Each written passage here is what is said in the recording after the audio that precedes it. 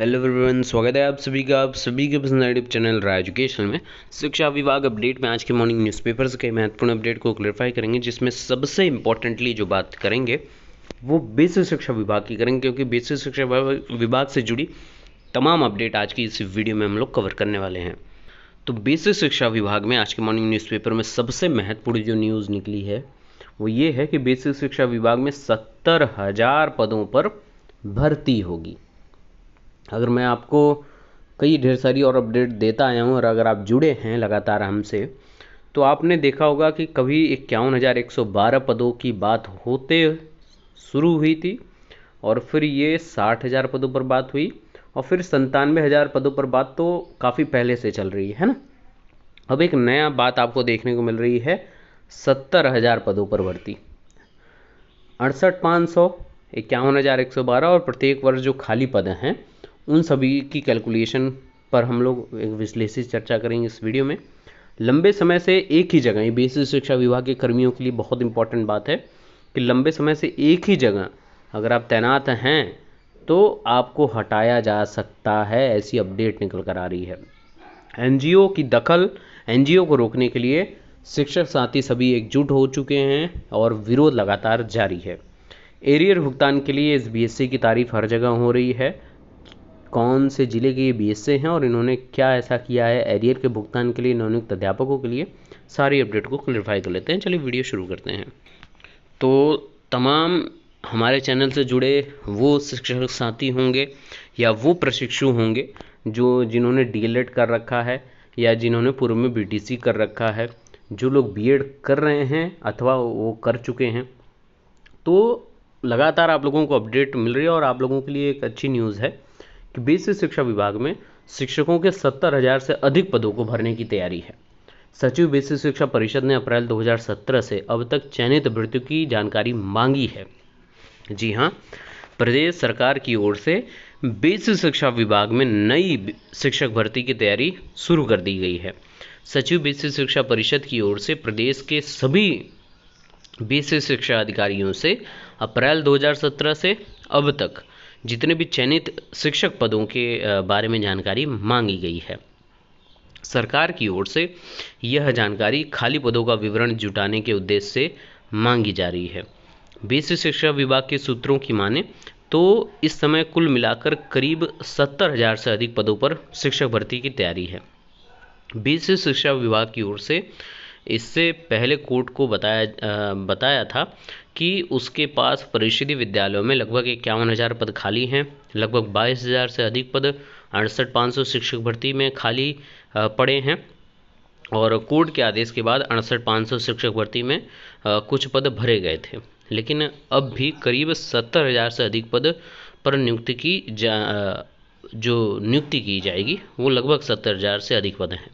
अब सचिव बेसिक शिक्षा परिषद की ओर से 2017 से अब तक का पूरा जितनी भी नियुक्तियां हुई हैं उन सभी का पूरा डाटा कलेक्ट करने की बात उठी है, और जब से वो पत्रांक जारी हुआ है तब से सभी जो नई शिक्षक भर्ती का वेट करें उनके लिए एक आस जगी है। सचिव ने सभी बीएससी से कहा कि सीधी भर्ती से चयनित अभ्यर्थियों का विवरण एक्सेल सीट में सॉफ्ट एवं हार्ड कॉपी के जरिए भेजा जाए। तो ये कहीं ना कहीं एक अच्छी बात भी है उन सभी मित्रों के लिए जो लगातार इस चीज़ का वेट कर रहे हैं। बात कर लें थर्ड काउंसलिंग को लेकर, तो 26 जून को उन्नतराय शिक्षक भर्ती के खाली पदों को भरने के लिए कार्यक्रम जारी होगा। बेसिक शिक्षा परिषद की ओर से उन्नतराय शिक्षक भर्ती में खाली पदों को भरने के लिए सचिव बेसिक शिक्षा परिषद की ओर से 26 जून को आपके काउंसलिंग का कार्यक्रम घोषित किया जाएगा। ऐसा कुछ नहीं है, 26 तारीख को दोपहर तक आपको वेटिंग लिस्ट, जो लगभग 6,000 के आसपास पद हैं, उसकी वेटिंग लिस्ट जारी हो जाएगी कि किसका किसका चयन हुआ है, और उनको काउंसलिंग करानी है 28 और 29 में, 30 को नियुक्ति पत्र देना है। अब सबसे महत्वपूर्ण बात है कि इन सभी अभ्यर्थियों को, क्योंकि तमाम आप लोगों के द्वारा प्रश्न ये पूछा जा रहा था कि सर जो 4 दिसंबर का जो पत्रांक जारी हुआ था संशोधन को लेकर, बहुत डिटेल में जारी किया गया था, उसमें मोटे मोटे तौर पर क्या क्या बातें थी, अगर आप लोगों को ये जानना होगा तो ज़रूर कमेंट करिएगा। उस पीडीएफ को हम कोशिश करेंगे आप लोगों के समक्ष लाने की, और एक एक पॉइंट आपको वहाँ से हम क्लियर करने की पूरी कोशिश करेंगे। तो ये हैं BSA साहब आगरा के। जी हाँ, कार्यालय जिला बेसिक शिक्षा अधिकारी है आगरा। और इन्होंने जितने भी खंड शिक्षा अधिकारी हैं आगरा जनपद में, सबको ये बात दिशा निर्देश दिया है कि उन्नतर शिक्षक भर्ती में नवनियुक्त अध्यापकों एवं अंतर जनपदीय स्थानांतरित अध्यापकों के अवशेष वेतन भुगतान के संबंध में है। अब इसमें सबसे महत्वपूर्ण बात क्या है वो हम लोग आइए पहले बात कर लेते हैं। यहाँ बोल्ड अक्षरों में जो सबसे अच्छी बात लिखी है कि उक्त के क्रम में 69,000 शिक्षक भर्ती में नवनियुक्त अध्यापक अध्यापिकाओं में से पूर्ण सत्यापन हो चुके अभ्यर्थियों का विवरण संलग्न कर इस निर्देश के साथ प्रेषित है कि उक्त सूची में अंकित अपने विकास खंड के संबंधित अध्यापक अध्यापिकाओं के अवशेष वेतन का भुगतान एवं अंतर जनपदीय स्थानांतरित अध्यापक अध्यापिकाओं के अवशेष वेतन का भुगतान हेतु बिल 3 दिवस के अंदर कार्यालय वित्त एवं लेखाधिकारी बेसिक शिक्षा आगरा में प्रस्तुत करना सुनिश्चित करें। और इसी बात की तारीफ चारों तरफ शिक्षक साथी कर रहे हैं प्रत्येक जनपद के, क्योंकि 3 दिवस का इन्होंने स्पष्ट तरीके से बात कही है। 3 दिनों के भीतर जहां पर भी वेतन, क्योंकि वेतन निर्गत करने का जो शुरुआत का जो वेतन नवनियुक्त अध्यापकों का वेतन रिलीज हुआ है वो बिना ABSA के साइन के और बिना उनके आगे बढ़ाए हुआ नहीं है, तो सबका डाटा उनके पास है। तो 3 दिवस के भीतर कार्यालय वित्त एवं लेखाधिकारी बेसिक शिक्षा आगरा में प्रस्तुत करना सुनिश्चित करना है। तो प्रत्येक जनपद के अधिकारियों को इस बात से सबक लेना चाहिए और ऐसा ही कारनामा कर नवनियुक्त अध्यापकों को और ट्रांसफर्ड शिक्षकों को एक तोहफे के रूप में देना चाहिए। दूसरा, आज बेसिक शिक्षा विभाग से जुड़ी बहुत इंपॉर्टेंट अपडेटें हैं, जिनमें से ये अगली अपडेट है कि लंबे समय से एक ही जगह जमे कर्मी 10 जुलाई तक हटाए जाएंगे। कर्मियों की संख्या 20% से अधिक हुई तो लेनी होगी अनुमति और देना होगा संपत्ति का ब्यौरा। बेसिक शिक्षा विभाग के दफ्तरों व स्कूलों में लंबे समय से जमे अधिकारियों व कर्मचारियों को 10 जुलाई तक स्थानांतरण करने के आदेश दे दिए गए हैं। वहीं एक ही पटल पर 3 साल से जमे बाबुओं के पटल बदलने के भी निर्देश दिए गए हैं।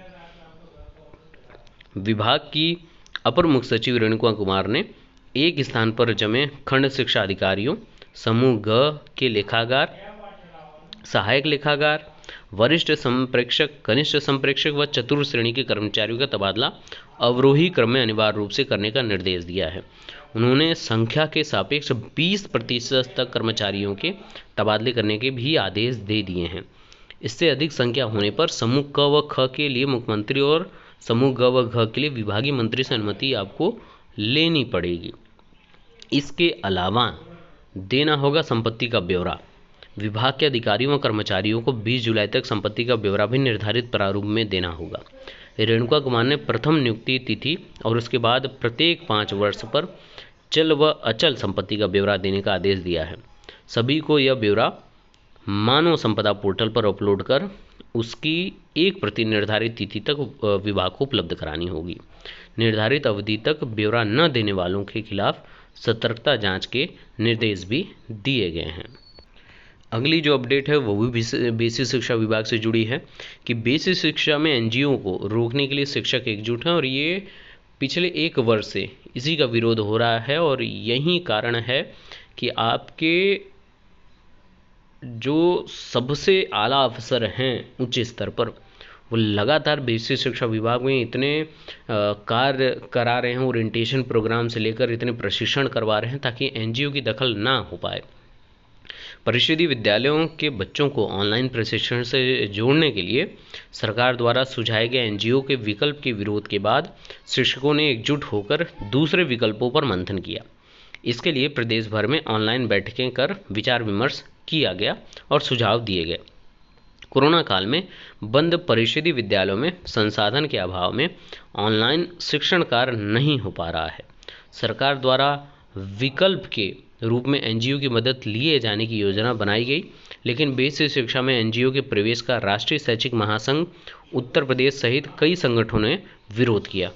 बैठकों का संयोजन प्रदेश संगठन और संचालन संयुक्त रूप से जो लोग भी हैं सब ने इसका विरोध किया। हर सबकी एकजुटता रही है कि एनजीओ का दखल ना हो। देखिए, सहयोग के लिए आप अनुदेशकों को लगाया गया, सहयोग के लिए शिक्षा मित्र बंधुओं को लगाया गया, अनुचरों को लगाया गया। तो सहयोग देने के लिए काफ़ी कर्मचारी हैं। अलग से सहयोग की अपेक्षा होगी तो शिक्षकों की नियुक्ति अनिवार्य रूप से करनी चाहिए।